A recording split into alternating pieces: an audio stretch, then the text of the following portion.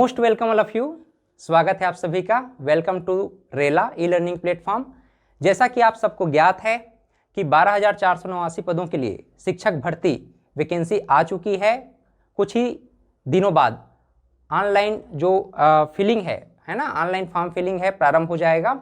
मैं हूं राजेश्वर और आपको मैं बाल विकास और शिक्षण शास्त्र इस विषय को पढ़ाऊंगा और हम महत्वपूर्ण तथ्यों को ध्यान में रखते हुए आपके प्रीवियस ईयर जो भी क्वेश्चंस पूछे गए थे उसका एनालिसिस करते हुए आगामी आपके एग्जाम में किस प्रकार के प्रश्न पूछे जाएंगे, इस बात को ध्यान में रखते हुए इस अध्ययन को क्रमिक रूप से आगे बढ़ाएंगे। तो आप लोग हमसे जुड़ जाएं ई रेला के साथ और हम आज से यह क्लास जो है प्रारंभ कर रहे हैं। तो ध्यान से सुनिएगा और समझने का प्रयास करिएगा कि बाल विकास और शिक्षण शास्त्र क्या है। हम एक इंट्रोडक्शन के रूप में इसे आज समझने का प्रयास करेंगे और इससे संबंधित प्रश्न किस प्रकार से बन सकता है इसको भी जानने का प्रयास करेंगे। बाल विकास और शिक्षण शास्त्र, बाल विकास और शिक्षण शास्त्र, इस शब्द को समझने का प्रयास सबसे पहले हमको करना चाहिए कि वास्तव में यह बाल विकास और शिक्षण शास्त्र क्या है। बाल विकास यानी कि बालक का विकास, बाल विकास अर्थात बालक का विकास। बालक सांवेगिक दृष्टिकोण से, शारीरिक दृष्टिकोण से, मानसिक दृष्टिकोण से और सामाजिक दृष्टिकोण से किस प्रकार से अपना विकास करता है, किस प्रकार से डेवलप करता है, यह है बालक विकास। यानी कि जन्म से लेकर मृत्यु तक एक मनुष्य अपने जीवन को किस तरह से विकसित करता है, इसका अध्ययन हम विकास के अंतर्गत करते हैं। लेकिन यही अध्ययन अगर बालक के जीवन पर आधारित हो तो उसे हम बाल विकास का अध्ययन कह देते हैं। उसी प्रकार शिक्षण शास्त्र का अर्थ यह है कि अगर आप अभी टीचर बनते हैं, निश्चित रूप से अगर आप अच्छे से मेहनत करते हैं तो अभी आप निश्चित रूप से टीचर बनने वाले हैं और इसी तैयारी के लिए हम आपका साथ देने के लिए उपस्थित हुए हैं। तो आप बेहतर तरीके से अध्ययन करते हैं तो आप शिक्षक बनते हैं। तो शिक्षक के अंदर कौन कौन से गुण होने चाहिए या फिर एक शिक्षक को किस तरह से अध्यापन कार्य करना चाहिए, उसको किस तरह से मनोविज्ञान को समझते हुए, बालकों को समझते हुए अपने अध्ययन प्रक्रिया को सतत बनानी चाहिए, इसी का अध्ययन जो है शिक्षण शास्त्र कहलाता है। शास्त्र का अर्थ ही होता है अध्ययन करना, है ना। तो शिक्षा शब्द जुड़ गया उसमें और बाल शब्द जुड़ गया, मतलब बालक के जीवन के संदर्भ में बालक को किस तरह से सर्वांगीण विकास की ओर हम अग्रसर करें, ये बाल विकास के अंतर्गत पढ़ेंगे। और शिक्षण शास्त्र में शिक्षकों के लिए कौन सी मूलभूत जो है अध्ययन की प्रक्रिया या अध्यापन की प्रक्रिया में उनको बातें ध्यान में रखनी चाहिए, इन्हीं महत्वपूर्ण पहलुओं को ध्यान में रखते हुए बाल विकास और शिक्षा शास्त्र पेडागॉगी पर हम आज डिस्कस करने वाले हैं। देखिए, बाल मनोविज्ञान एवं शिक्षा शास्त्र, चाइल्ड डेवलपमेंट एंड पेडागॉगी का आज हम सामान्य परिचय देखेंगे और इसमें हम मूल रूप से शिक्षा शास्त्र को सबसे पहले समझने का प्रयास करेंगे कि आखिर शिक्षा शास्त्र क्या है, पेडागॉगी से आप क्या समझते हैं, पेडागॉगी से आप क्या समझते हैं। ध्यान दीजिएगा, ये जो पेडागॉगी शब्द है ना, पेडागॉगी शब्द में दो महत्वपूर्ण घटक छिपे हुए हैं। बहुत ध्यान से मेरी बातों को आप सुने, समझने का प्रयास करें। इस पेडागॉगी शब्द में, पेडागॉगी यानी शिक्षा शास्त्र, तो पेडागॉगी शब्द में ना दो महत्वपूर्ण टर्म छिपे हुए हैं। कौन कौन से? एक है शिक्षा और एक है मनोविज्ञान। शिक्षा और मनोविज्ञान, इसी नाम से इस पेडागॉगी को, शिक्षा शास्त्र को हम शिक्षा मनोविज्ञान के नाम से भी जानते हैं। Education and psychology, education and psychology equal to शिक्षा शास्त्र यानी कि पेडागॉगी। ठीक है, एजुकेशन प्लस साइकोलॉजी, शिक्षा और मनोविज्ञान मिलकर के पेडागॉगी, हम कह सकते हैं इसे शिक्षा शास्त्र कह सकते हैं। एक एक करके हम समझेंगे।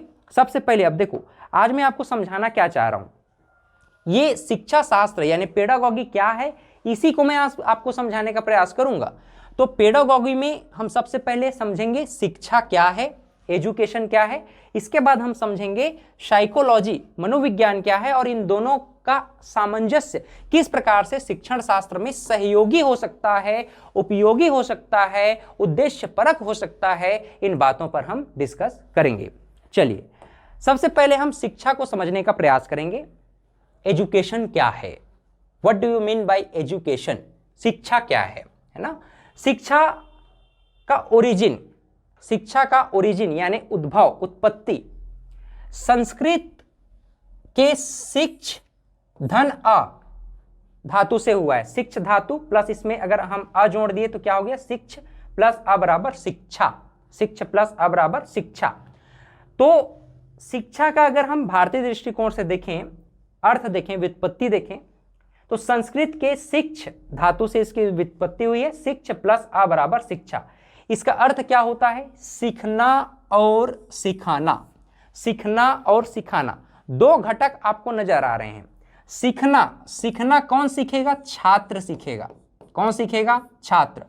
सिखाना, सिखाना कौन सिखाएगा, शिक्षक सिखाएगा। कौन सिखाएगा, शिक्षक सिखाएगा। ठीक है, तो ये दो घटक आपको ध्यान में रखना है।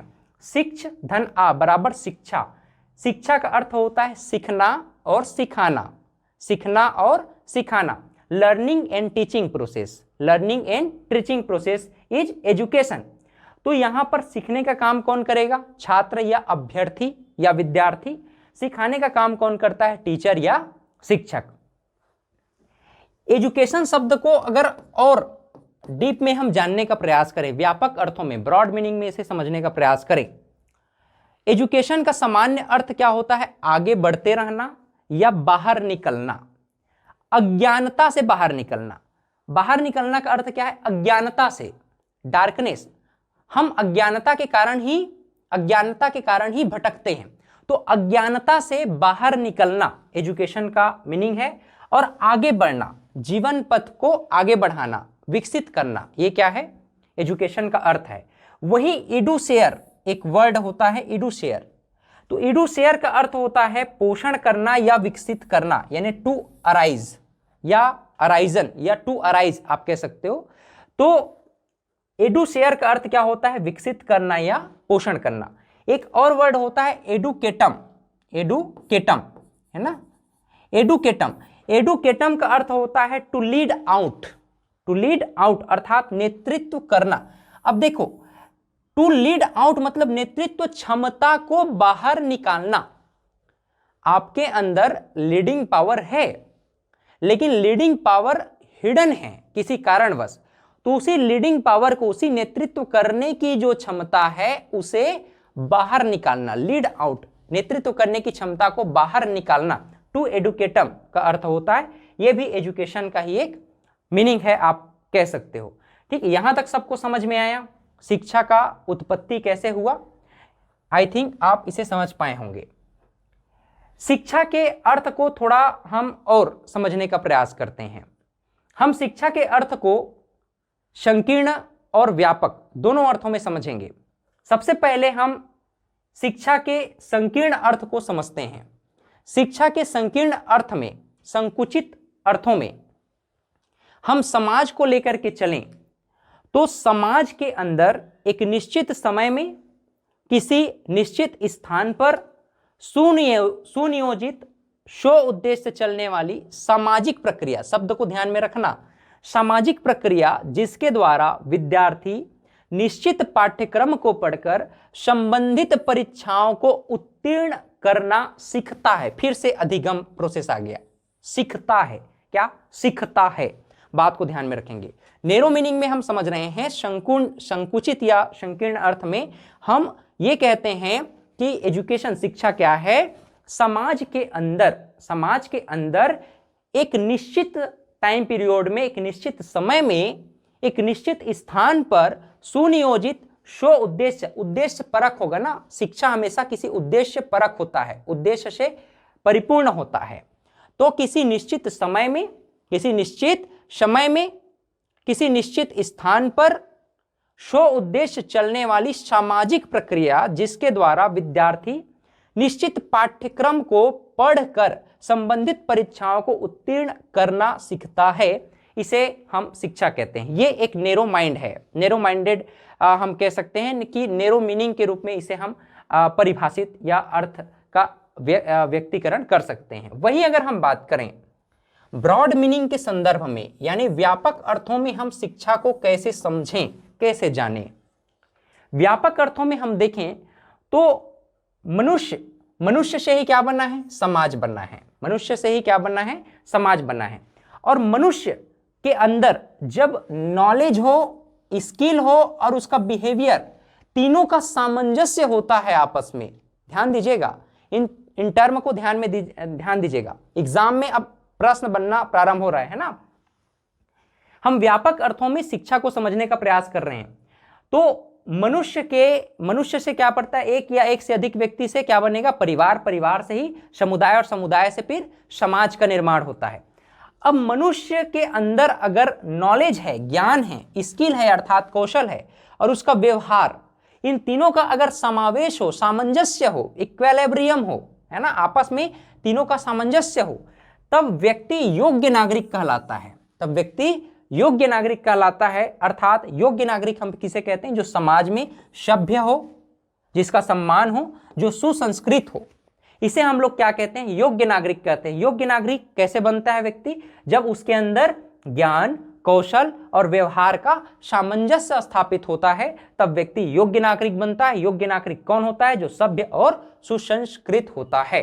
और ये व्यापक अर्थों में हम अब इन बातों को ध्यान में रखते हुए कह सकते हैं कि समाज में निरंतर स्व उद्देश्य चलने वाली प्रक्रिया, समाज में निरंतर स्व उद्देश्य चलने वाली प्रक्रिया, जो कि जन्म से लेकर मृत्यु तक, जो जन्म से लेकर मृत्यु तक अंतर्निहित शक्तियों का विकास करता है, जो जन्म से लेकर मृत्यु तक अंतर्निहित भीतर की शक्तियों का विकास करता है, हिडन जो पावर है उसका विकास करता है, इसे हम क्या कहते हैं, व्यापक अर्थों में एजुकेशन या शिक्षा के नाम से जानते हैं। यहां पर ध्यान दीजिए, समाज में इस निरंतर स्व उद्देश्य चलने वाली जो जन्म से लेकर मृत्यु तक चलने वाली जो निरंतर प्रक्रिया है, जिसमें मनुष्य अपने अंतर्निहित शक्तियों का विकास कर रहा है, इसमें कुछ औपचारिक, अनौपचारिक माध्यम हो सकते हैं, जिसके एलिमेंट के द्वारा व्यक्ति निरंतर अपने अंतर्निहित शक्तियों को विकसित करता है। अब देखो, औपचारिक अनौपचारिक माध्यम में बहुत सारी चीजें हो जाती हैं। कल्चर है, विभिन्न समूह हैं, समाज है, एनजीओज हैं, टेलीविजन, रेडियो, उत्सव, पत्र पत्रिका, इन सब के माध्यम से व्यक्ति क्या करता है, सीखता है, कुछ न कुछ सीखता है, कुछ न कुछ जानता है ना। इस प्रकार से हम कहते हैं कि व्यापक अर्थों में शिक्षा। अब देखो, शिक्षा का एक और अर्थ होता है, शिक्षा का एक और अर्थ ध्यान में रखेंगे। शिक्षा का अर्थ क्या होता है, विद्या। मूल रूप से हम शिक्षा को ही क्या बोलते हैं, विद्या कहते हैं, है ना, नॉलेज कहते हैं। अब विद्या से ही क्या बन गया, विद्वान। विद्या से ही क्या बनता है जी, विद्वान बनता है ना। तो इस प्रकार से आप कह सकते हैं कि भाई शिक्षा का मूल अर्थ क्या है, विद्या। विद्या से ही व्यक्ति क्या बनता है, विद्वान बनता है। उसी को मैंने कहा, ज्ञान, कौशल और व्यवहार का जब सामंजस्य होगा तो व्यक्ति योग्य नागरिक बनता है। अब यहां पर प्रश्न उठता है कि पार्ट ऑफ एजुकेशन क्या है, अर्थात शिक्षा के प्रमुख अंग कौन कौन से हैं। शिक्षा के प्रमुख अंग कौन कौन से हैं? तो शिक्षा के 3 प्रमुख अंग होते हैं। शिक्षा के 3 प्रमुख अंग होते हैं। पहले क्रम पर है विद्यार्थी, दूसरे क्रम पर है शिक्षक और तीसरे क्रम पर है समाज। अब ध्यान दीजिएगा, सीखने वाला कौन, स्टूडेंट अर्थात शिक्षार्थी। ये कौन है, सीखने वाला है, सीखने वाला। तो इनके अवयवों को भी आप लोग अब समझ पा रहे होंगे। शिक्षा के अंग, पार्ट ऑफ एजुकेशन। सीखने वाला कौन, विद्यार्थी। सीखने वाला कौन, विद्यार्थी। सिखाने वाला कौन, शिक्षक। सिखाने वाला कौन है, शिक्षक। सीखने वाला विद्यार्थी, सिखाने वाला शिक्षक। ये जो शिक्षक है और विद्यार्थी है, दोनों किसके अंग हैं, समाज के। दोनों किसके अंग है, समाज के। और सोसाइटी में विभिन्न प्रकार के कल्चर, विभिन्न प्रकार की उनकी बोली, भाषा, उनका दायित्व, नेतृत्व, किसी भी प्रकार का रिस्पॉन्सिबिलिटी, बोली भाषा से लेकर हर प्रकार की सोसाइटी में जो भी सामाजिक गतिविधियां हो रही है, अंतः क्रियाएं हो रही हैं, इनके माध्यम से ही बच्चा समाज का एक अंग है, शिक्षक भी समाज का अंग है। और समाज के अंग होते हुए शिक्षक सिखाएगा किसे, शिक्षार्थी को अर्थात विद्यार्थी को। तो इस प्रकार से शिक्षा के मूल रूप से 3 अंग होते हैं। कौन कौन से, विद्यार्थी, शिक्षक और समाज। यहां तक सबको क्लियर हुआ। इसके बाद देखिए, शिक्षा के प्रकार टाइप्स ऑफ एजुकेशन। अब इसको आपको ना जानने की आवश्यकता है, थोड़ी बातों को ध्यान में रखेंगे। कई बार इसका प्रश्न बनता है औपचारिक शिक्षा, निरौपचारिक शिक्षा या भौतिक या नूतन शिक्षा। इसमें आपको पॉइंट 1, पॉइंट 2, पॉइंट 3, पॉइंट 4 करके ऑप्शन दे दिया जाएगा और आप कंफ्यूज हो जाएंगे। तो ऐसे नहीं चलेगा, आपको शब्दों को समझना है। शब्दों को जैसे ही आप समझ लेंगे, टर्म को आप समझ जाते हैं, तो आसानी से इजिली डील कर सकते हैं आप, है ना। अब देखिए शिक्षा के प्रकार, types of education. Types of education में औपचारिक शिक्षा, निरौपचारिक शिक्षा, अनौपचारिक शिक्षा, भौतिक व नूतन शिक्षा, ये 4 प्रमुख शिक्षा के प्रकार हैं। इनको आपको ध्यान में रखना है। सबसे पहले हम बात करते हैं औपचारिक शिक्षा की। औपचारिक शिक्षा क्या होता है? बालक किसी निश्चित स्थान पर, किसी निश्चित समय पर, शो उद्देश्य किसी पाठ्यचर्या का शिक्षण विधियों के द्वारा, है ना, अध्ययन करता है, शिक्षण प्राप्त करता है और एक योजनाबद्ध और कठोर तरीके से विद्यालय, महाविद्यालय, विश्वविद्यालय में अनुशासन के साथ इस शिक्षा को ग्रहण करता है। तो इस प्रकार की जो शिक्षा प्रणाली है, इसे हम औपचारिक शिक्षा प्रणाली कहते हैं। अर्थात आप विद्यालय में, महाविद्यालय में, विश्वविद्यालय में किसी उद्देश्यपरक पाठ्यचर्या को शिक्षण विधियों के योजनाबद्ध और कठोर अनुशासन के माध्यम से अध्ययन करते हैं। तो इस प्रकार की शिक्षा प्रणाली क्या कहलाएगी? औपचारिक शिक्षा प्रणाली कहलाएगी। क्लियर? यहां तक कोई डाउट? आगे देखिए, निरौपचारिक शिक्षा में मूल रूप से प्रौढ़ शिक्षा, सतत शिक्षा और DLP, डिस्टेंस लर्निंग प्रोग्राम, अर्थात दूरस्थ शिक्षा प्रोग्राम को रखा गया है। इसमें मूल रूप से एक तो स्व अध्याय भी शामिल होता है। DLP की बात करें, DLP में स्व अध्याय होता है। दूरस्थ शिक्षा प्रणाली, आप मोबाइल में या फिर किसी आप दूर में हैं तो आप दूरस्थ शिक्षा प्रणाली के माध्यम से किताबों को स्वयं स्व अध्ययन करके जा करके अंतिम रूप से परीक्षा दिला सकते हैं। ठीक है, तो ये DLP कहलाता है, स्व अध्याय पर आधारित होता है। प्रौढ़ शिक्षा और सतत शिक्षा। प्रौढ़ शिक्षा का मतलब वही है कि जो उम्र दराज हो चुके हैं, जिनको जो एजुकेशन प्राप्त करना चाहते हैं, उनके लिए शिक्षा को मुहैया कराना। सतत शिक्षा शब्द बहुत इंपॉर्टेंट है। सतत शिक्षा में एक सर्वांगीण विकास छिपा होता है, जिसमें आर्थिक, सामाजिक और शारीरिक रूप से व्यक्ति को जो है सक्षम बनाने का शिक्षा जो दिया जाता है, उसे हम लोग क्या बोलते हैं? सतत शिक्षा कहते हैं, है ना। बात समझ में आ रहा है? क्लियर है? देखिए, सतत शिक्षा हम किसे कहेंगे? समझ में आ गया। और प्रौढ़ शिक्षा किसे कहेंगे? जो उम्रदराज व्यक्ति हैं, जो अपने एजुकेशन लाइफ में एजुकेशन ग्रहण नहीं कर पाए हैं, उनको शिक्षा प्रदान करना प्रौढ़ शिक्षा है। सतत शिक्षा में सामाजिक, आर्थिक और शारीरिक, सामाजिक और आर्थिक, ये तीनों घटक इसमें शामिल होते हैं और तीनों को ध्यान में रख के शिक्षा प्रणाली को व्यवस्थित किया जाता है। ये सतत शिक्षा कहलाता है। और दूरस्थ शिक्षा DLP, डिस्टेंस लर्निंग प्रोग्राम के विषय में हमने जाना। इसके बाद अनौपचारिक शिक्षा की अगर हम बात करें, तो अनौपचारिक शिक्षा मूल रूप से व्यक्ति के इकोसिस्टम पर निर्भर करता है, उसके पारिस्थितिकी तंत्र पर निर्भर करता है। अब बालक जिस वातावरण में रहता है, जिस समाज के अंदर रहता है, जिस परिवार और जिस घर में रहता है, वहां किस प्रकार का उनका आचरण है, कैसा उनका एजुकेशन बैकग्राउंड है, कैसा उनका व्यवहार होता है उस परिवार में, है ना, और कैसा उनका जो है पर्सनालिटी है, उस परिवार में लोगों का कैसा पर्सनालिटी है, उसका जो इफेक्ट है बालक पर पड़ता है। और इस प्रकार जो शिक्षण डायरेक्टली इनडायरेक्टली जो बच्चों को प्राप्त होता है, इसे ही हम अनौपचारिक शिक्षा कहते हैं। अंतिम में हम भौतिक और नूतन शिक्षा की बात करें। आज वर्तमान में आप रेला ई-लर्निंग प्लेटफॉर्म के माध्यम से आप में सुन पा रहे हैं, ये भौतिक और नूतन शिक्षा का एक माध्यम है। New technology, new innovation, new opinions के माध्यम से हम शिक्षण व्यवस्था को जन जन तक कैसे ले जाएं, है ना, इस प्रकार की जो नवीनतम शिक्षा प्रणाली है, इसे ही हमने भौतिक व नूतन शिक्षा प्रणाली का नाम दिया है। क्लियर है? शिक्षा के स्तर क्या हैं, है ना, what is the level of education, what is the level of education. इस एजुकेशन के स्तर को हमको समझने की आवश्यकता है। देखिए, एजुकेशन के स्तर को हम 3 चरणों में समझ सकते हैं। एक तो स्मृति स्तर, देखो पॉइंट आप लोग को ध्यान में रखना है, मैं बहुत ही आईएमपी फैक्ट पर बात कर रहा हूं, आपको कहीं भी इस तरह से व्यवस्थित नोट्स प्राप्त नहीं होगा।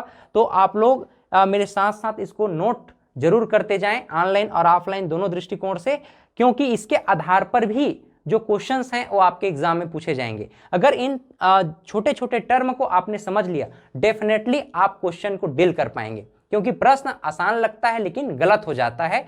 क्यों गलत होता है? क्योंकि आपके जो अंडरस्टैंडिंग है, यहां पर इसी को मैं बताने का प्रयास कर रहा हूं, मेमोरी लेवल, अंडरस्टैंडिंग लेवल और रिफ्लेक्टिव लेवल। तो ये इसको अगर हम नहीं समझ पाते हैं ना, तो हम गलती से गलती कराते हैं, है ना। तो ऐसा नहीं करना है, क्योंकि एक नंबर हजारों से पीछे कर देता है। तो शिक्षा की स्तर, लेवल ऑफ एजुकेशन में हम ये देखना चाहते हैं, पहला है मेमोरी लेवल अर्थात स्मृति स्तर, दूसरा है अंडरस्टैंडिंग लेवल जिसे हम कहते हैं बोध स्तर, और तीसरा है चिंतन स्तर यानी रिफ्लेक्टिव लेवल। रिफ्लेक्टिव लेवल सबसे पहले हम समझते हैं मेमोरी लेवल को। मेमोरी लेवल यानी स्मृति स्तर। स्मृति मतलब किसी चीज को याद रखना, इसमें किसी प्रकार की कंटेंट की आवश्यकता होती। कंटेंट कुछ भी हो सकता है, व्यक्ति, वस्तु, स्थान की यादें हो सकती हैं, है ना। तो कंटेंट की समझ क्या कहलाती है, स्मृति स्तर के अंतर्गत होती है। इसमें दो प्रकार के अधिगम होते हैं। अधिगम मतलब लर्निंग प्रोसेस, अधिगम मतलब सीखना, अधिगम मतलब सीखना। संकेत अधिगम और श्रृंखला अधिक्रम, संकेत अधिक्रम और श्रृंखला अधिगम। अब देखो सिग्नल लर्निंग, सिग्नल लर्निंग क्या है, संकेत अधिगम क्या है। किसी संकेत के रूप में, है ना, किसी संकेत के रूप में आप क्या करना चाहते हैं, किसी को समझाने का प्रयास करते हैं, है ना, मौन रूप में या फिर संकेत में, इशारे से आप किसी को समझाने का प्रयास कर रहे हैं, ये है संकेत अधिगम। चयन अधिगम में क्या होता है, चयन अधिगम में आप जो है वर्बल नॉन वर्बल दोनों तरीके से समझा सकते हैं। तो इस प्रकार से जो स्मृति स्तर है, स्मृति स्तर में क्या होता है, माइंड में किसी कंटेंट की समझ जाकर के व्यवस्थित होती है। वहीं पर अगर हम बात करें बोध स्तर की, अंडरस्टैंडिंग लेवल की, तो अंडरस्टैंडिंग लेवल में शिक्षक किसी विषय वस्तु को, यानी शिक्षक किसी कंटेंट को क्या करता है, विद्यार्थी के सामने प्रेजेंट करता है। और ये प्रेजेंट कैसे करना चाहिए, उसे सरल और सहज तरीके से करना चाहिए, ताकि बच्चा आसानी से समझ सके, अभ्यर्थी आसानी से समझ सके। तो इस प्रकार की जो शिक्षण व्यवस्था में शिक्षा का जो स्तर है, इसे हम अंडरस्टैंडिंग लेवल कहते हैं, बोध स्तर कहते हैं, है ना। किताबें सबके पास है लेकिन समझ आनी चाहिए, किताबें सबके पास है, कंटेंट सबके पास है, लेकिन कंटेंट को आप कैसा रिप्रेजेंट करते हो ना, ये इंपॉर्टेंट है। और इसी को हम बोध स्तर या अंडरस्टैंडिंग लेवल कहते हैं। अर्थात बोध स्तर क्या है, शिक्षक जो है शिक्षार्थी को सरल और सहज तरीके से किस प्रकार से समझा सकता है, इसे हम अंडरस्टैंडिंग लेवल या बोध स्तर कहते हैं। बोध मतलब बोध होना, जानना, है ना। इसके बाद जो तीसरा और महत्वपूर्ण स्तर है, उसे हमने नाम दिया है रिफ्लेक्टिव लेवल का। क्या है, रिफ्लेक्टिव लेवल। रिफ्लेक्टिव लेवल को हम चिंतन स्तर कहते हैं। क्या कहते हैं, चिंतन स्तर। अब देखो चिंतन स्तर में ना बालक या मनुष्य किसी भी तथ्य को, किसी भी कंटेंट को बिना तर्क के, बिना चिंतन के, बिना सोचे समझे एक्सेप्ट नहीं करता। भले से ही उसको दोहरा देगा लेकिन अपने जीवन में लागू नहीं करेगा, उसको एक्सप्लोर नहीं करेगा, जब तक उसको अपने तर्क से गुजार न ले। यानी कि एक तो कंटेंट को समझना है, एक तो कंटेंट को समझना है, याद करना है, लेकिन याद बस नहीं करना है, याद करने के बाद बोध स्तर, उसकी समझ विकसित करना है, आसानी से वह समझ आ जाए कि वास्तव में आप क्या कहना चाहते हैं।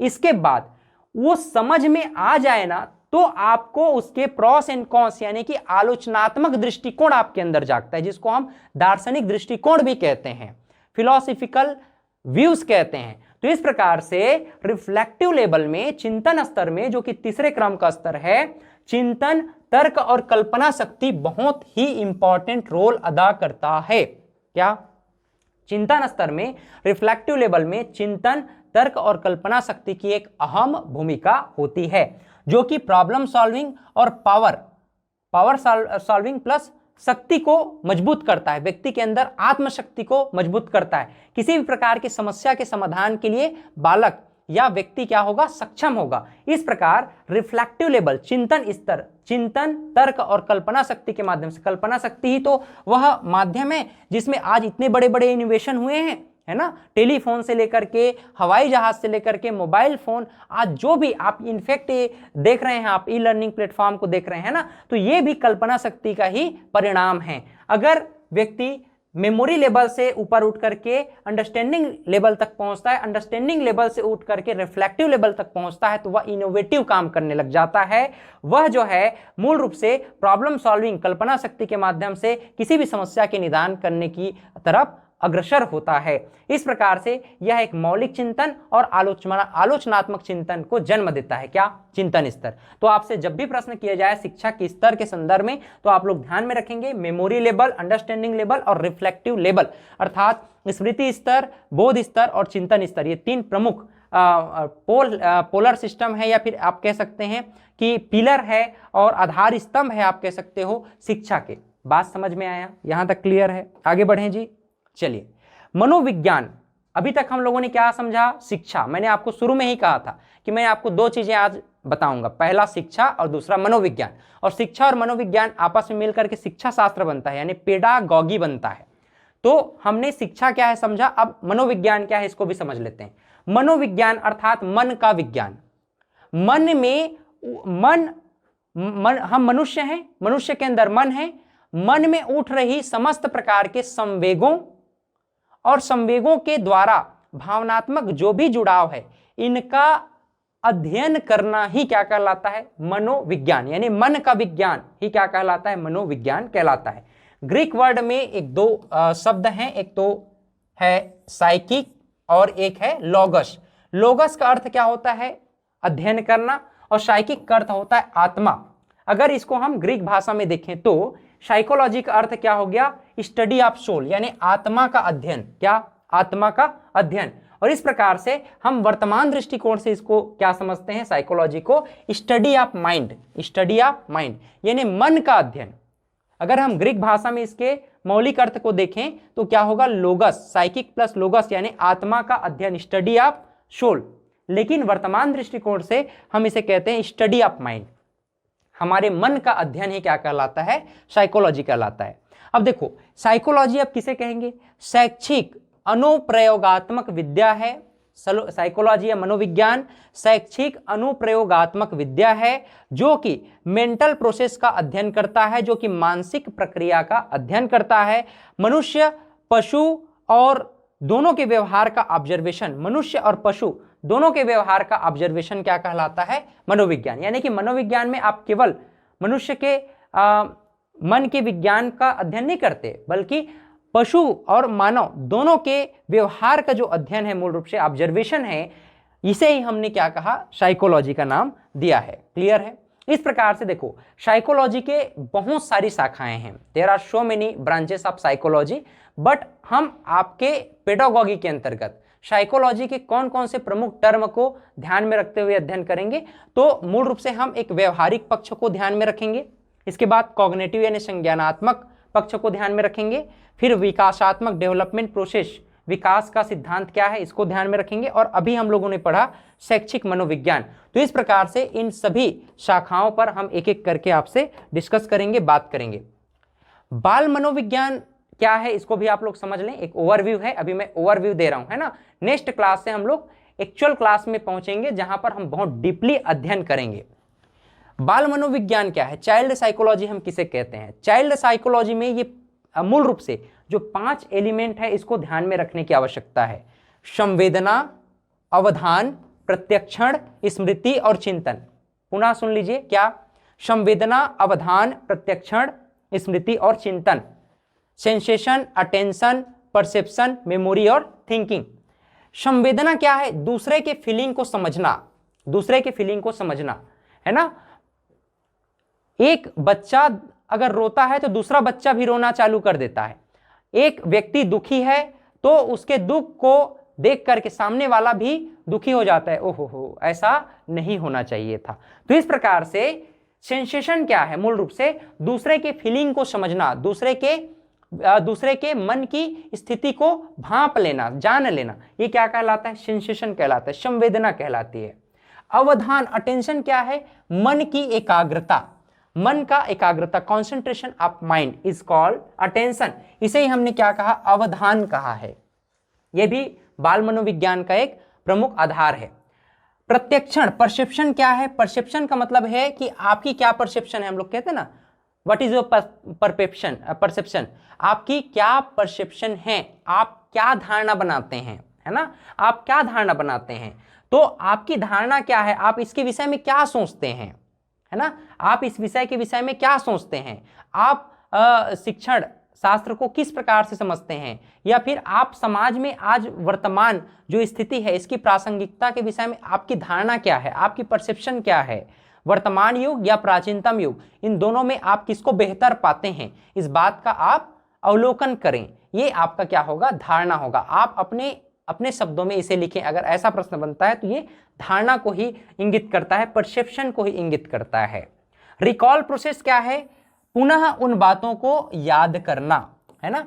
हम क्या है? मूल रूप से यादों के संघात मात्र हैं। मनुष्य क्या है? यादों, गौतम बुद्ध भी कहते हैं मनुष्य क्या है? यादों का संघात मात्र है। यानी कि एक प्रकार से मनुष्य यादों का समुच्चय लेकर के चलता है। बचपन से लेकर के, बाल्यावस्था से लेकर के वृद्धावस्था तक वह जो भी अनुभव करता है उसे एक याद के रूप में अपने साथ एक गठरी बांध करके लेकर के चलता है। इसे ही रिकॉल प्रोसेस कहा जाता है, स्मृति मूल रूप से, है ना।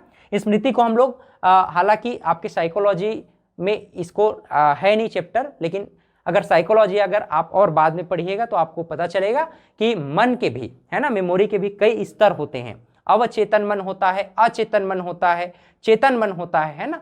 तो इस प्रकार से ये स्मृति का लेवल है। चिंतन की बात करें, थिंकिंग की बात करें, प्रॉब्लम सॉल्विंग थिंकिंग, मनुष्य मनोविज्ञान में, बाल मनोविज्ञान में ये जो पिलर है मूल रूप से, इन पिलर में मुख्य रूप से क्या कहा गया है? पहली बात तो संवेदना, सेंसेशन, दूसरे की फीलिंग को समझना, उसके बाद अटेंशन, मन की एकाग्रता पर ध्यान देना, फिर परसेप्शन यानी धारणा बनाना, उसके बाद रिकॉल प्रोसेस, स्मृति स्तर को मजबूत बनाना, फिर अंतिम में चिंतन स्तर पर, रिफ्लेक्टिव लेवल पर पहुंचना है। और रिफ्लेक्टिव लेवल पर पहुंच करके प्रॉब्लम सॉल्विंग थिंकिंग यानी समस्या समाधान जैसे विषयों को ध्यान में रखा जाए। तो इन बातों को मूल रूप से यहाँ पर समाहित किया गया है। उम्मीद करता हूँ कि आपको यह जो लेक्चर है ये समझ में आ रहा होगा। मैंने आपको दो टर्म मुख्य रूप से समझाए हैं, पहला शिक्षा क्या है और दूसरा मनोविज्ञान क्या है। और शिक्षा और मनोविज्ञान आपस में मिल करके शिक्षा शास्त्र बनता है, पेडागॉजी बनता है। क्लियर? चलिए आगे बढ़ते हैं क्वेश्चन की ओर। क्वेश्चन में यहां पर जैसे शिक्षा का अर्थ नहीं है पूछा है ना, शिक्षा का अर्थ नहीं है, तो इसको मैं बाद में और डिटेल डिस्कस करूंगा जब यहां पर हम पहुंचेंगे। अभी यहां पर देखिए, शिक्षा का अर्थ नहीं है, meaning of education is not. यहां पर क्या शिक्षा का अर्थ नहीं है? सा विद्याम या विमुक्ते, है ना, सा विद्याम या विमुक्ते। भाई विद्या ही अंधकार को दूर करता है, सही बात है। ज्ञानम मनुजस्य तृतीय नेत्रम, ज्ञान ही मनुष्य का तृतीय नेत्र है। योग्यताओं का विकास करना, यह भी शिक्षा का उद्देश्य है। शारीरिक विकास करना, भाई शारीरिक विकास तो किससे होता है? न्यूट्रिशन से होता है ना। शारीरिक विकास किससे होता है? न्यूट्रिशन से, पोषण से होता है। तो ये ऑप्शन आपका गलत हो जाएगा, ठीक है। शारीरिक विकास या फिजिकल डेवलपमेंट, ये ऑप्शन आपका नहीं होगा। क्लियर? अगला प्रश्न देखते हैं। मनोविज्ञान का वास्तविक अर्थ है, the real meaning of psychology is, the real meaning of psychology is, आत्मा का विज्ञान है क्या? हमने साइकिक प्लस लोगस पढ़ा है। साइकिक मतलब आत्मा, लोगस मतलब अध्ययन, यानी आत्मा का अध्ययन, द स्टडी ऑफ सोल। तो ये तो पहला ऐसी सही हो जा रहा है आंसर, आत्मा का विज्ञान हो सकता है ना। लेकिन यहां पर एक शब्द पूछा है, वास्तविक अर्थ क्या है? क्या वास्तविक अर्थ क्या है? यहां पर चेतना का विज्ञान कहेंगे तो भी सिंपल मीनिंग में सही है, व्यवहार का विज्ञान कहेंगे तो भी सिंपल मीनिंग में सही है। लेकिन ये शब्द को आपको ध्यान में रखना है, आईएमपी टर्म याद रखना हो। वास्तविक, रियल शब्द पूछा है, रियल, तो रियल में आपको एग्जैक्ट है तो सभी आंसर सही हो सकता है, लेकिन आपको एग्जैक्ट पॉइंट को समझना है। जब यहां पर पूछा जा रहा है कि मनोविज्ञान का वास्तविक अर्थ क्या है, मनोविज्ञान का वास्तविक अर्थ हम लोगों ने पढ़ा है, रियल मीनिंग हमने पढ़ा है, study of mind, study of mind अर्थात मस्तिष्क का विज्ञान, मस्तिष्क का विज्ञान। तो यहां पर आपका सही उत्तर क्या होगा? ध्यान दीजिए, यहां पर आपका फाइनल आंसर क्या होगा? मस्तिष्क का विज्ञान। तो इसे आप लोग सही करेंगे आंसर बी को। क्लियर है? आगे चलें। अगला प्रश्न है, मनोविज्ञान का केंद्र है, मनोविज्ञान का केंद्र है, सेंटर ऑफ एजुकेशनल साइकोलॉजी। सब ध्यान में रखना, एजुकेशनल साइकोलॉजी। कई बार क्या होता है ना, कई बार क्या होता है, यहां पर मनोविज्ञान बस लिख दिया है, लेकिन यहां पर शिक्षण मनोविज्ञान नहीं लिखा रहेगा, तो आपको अंग्रेजी ट्रांसलेशन को भी पढ़ने की आवश्यकता है। इस नाम से प्रश्न को मैंने जानबूझ करके यहां पर डाला है, ताकि आप परीक्षा में अगर कोई क्वेश्चन में फंस रहे हैं, एग्जैक्ट आंसर समझ में नहीं आ रहा है, तो अगर आप हिंदी मीडियम से हैं तो जरूर अंग्रेजी में क्या लिखा गया है उसको पढ़ लीजिए, अंग्रेजी माध्यम के हैं तो जरूर आप हिंदी में क्या लिखा गया है पढ़ लीजिए, फिर आप कंफ्यूज नहीं होंगे, आसानी से आप डील कर पाएंगे। मनोविज्ञान यानी शिक्षण मनोविज्ञान का केंद्र है, the centre of educational psychology is. अब देखो, बालक, शिक्षक, पाठ्यक्रम, इनमें से कोई नहीं। सीधी सी बात है, शिक्षा मनोविज्ञान का मूल अर्थ क्या है या इसका केंद्र क्या है, सेंटर में कौन है? बाल मनोविज्ञान हम लोग क्यों पढ़ रहे हैं या शिक्षा मनोविज्ञान क्यों पढ़ रहे हैं? बालक को सर्वांगीण विकास कराने के लिए, तो इसका सही उत्तर क्या होगा? चाइल्ड होगा। इसी प्रकार से शिक्षा मनोविज्ञान क्यों जरूरी है, ऐसा अगर प्रश्न किया जाए तो आप कहेंगे शिक्षण के लिए, छात्र के लिए, अभिभावक के लिए, सभी के लिए। अब देखो, शिक्षक के लिए तो होगा ही, छात्र के लिए होगा ही हो, अभिभावक के लिए भी होना चाहिए।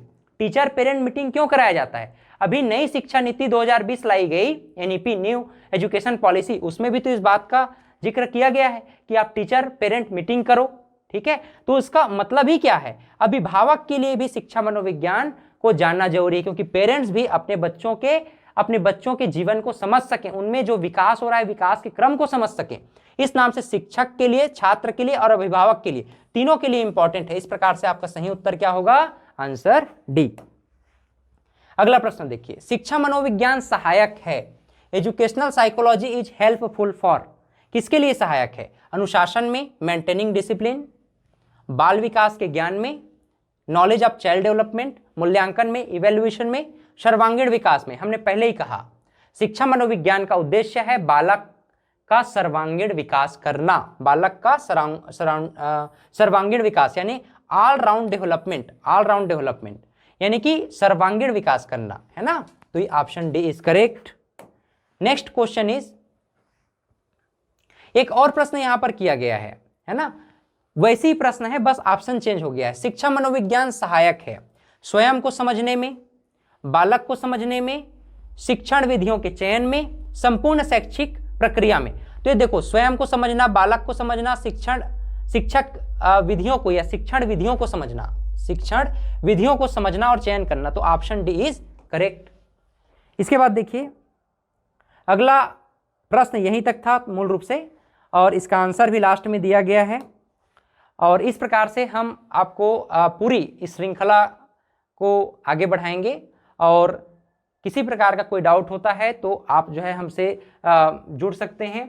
आप चाहें तो व्हाट्सएप ग्रुप, टेलीग्राम ग्रुप और रेला यूट्यूब चैनल के माध्यम से, और खासकर रेला ऐप डाउनलोड करके आप हमसे जुड़ सकते हैं, और ऑफलाइन आप विजिट भी कर सकते हैं हमारे ब्रांचेस में, रायपुर, बिलासपुर और जगदलपुर ब्रांच में। ठीक है, तो उम्मीद करता हूं आपको यह क्लास समझ में आया होगा। मिलते हैं नए क्लास में, तब तक के लिए बहुत बहुत धन्यवाद। इसी तरह से आप लोग पढ़ते रहें। Have a great day.